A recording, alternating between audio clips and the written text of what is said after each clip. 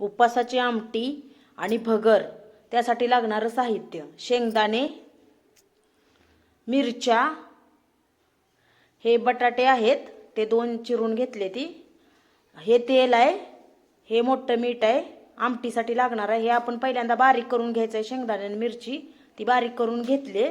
आता कढईमध्ये तेल ओतून घ्यायचं आहे. तेल गरम झाल्यानंतर आपण त्याच्यामध्ये पहिल्यांदा बटाटे थोडे परतून घ्यायचे आहे. ती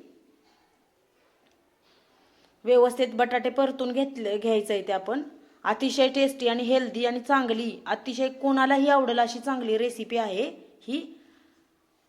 बटाटा आपलं परतले की त्याच्यामध्ये नंतर शेंगदाणे टाकूया. कूट ते मिक्सरचं मिश्रण बी टाकलेलं आहे आपण बारीक केलेलं. मोठं मीठ, हे पाणी नंतर वतून घ्यायचं आहे. आमटी आपल्याला पाहिजे तेवढीच करायची आहे. जेवढं कूट वापरलंय त्याच्या मापानंच पाणी वतायचं आहे. जास्त बी पातळ आमटी करायची नाही. ही आमटी आपण लयतले 5 मिनिटं शिजवून घेतलेली आहे.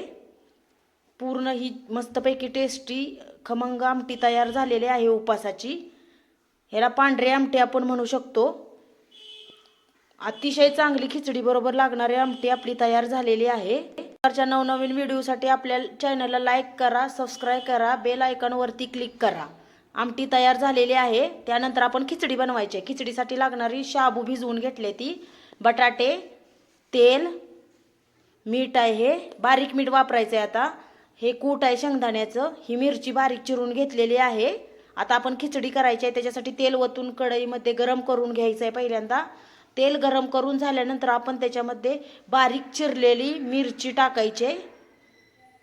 ही मिरची व्यवस्थित भाजून घ्यायची आहे आपल्याला. त्याच्यासाठी आपण पहिल्यांदा मिरची भाजून घ्यायची आहे.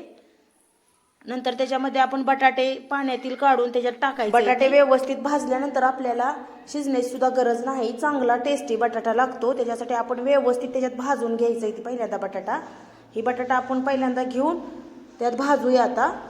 आता उपवास येते ती सूर्यनारायणाचं, त्याच्यासाठी ही रेसिपी मी उपवासाची करून दाखवत आहे.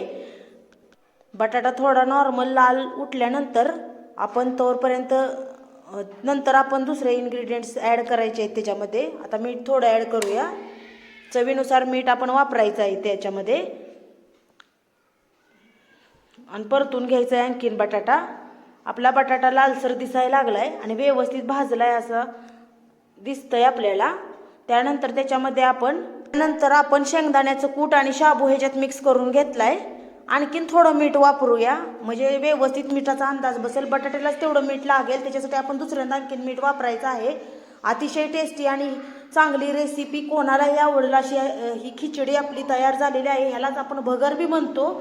ही पहा, भगर कलर मारलेला आहे पूर्ण. पहिला पांढरा कलर होता शाबूचा, आता हा लालसर झालेला आहे. हा पूर्ण व्यवस्थित शिजलेला आहे शाबू. अतिशय टेस्टी आणि हेल्दी रेसिपी, उपवासासाठी लागणारी चांगली रेसिपी आपली तयार झालेली आहे. हो का, ही बटाटा शिजलाय आता पूर्ण. आपण परतूनच तो शिजवलेला होता त्याच्यामुळे हो का खिचडी पूर्ण भाजलेली आहे. अशी उपवासाची रेसिपी एन्जॉय करा. धन्यवाद.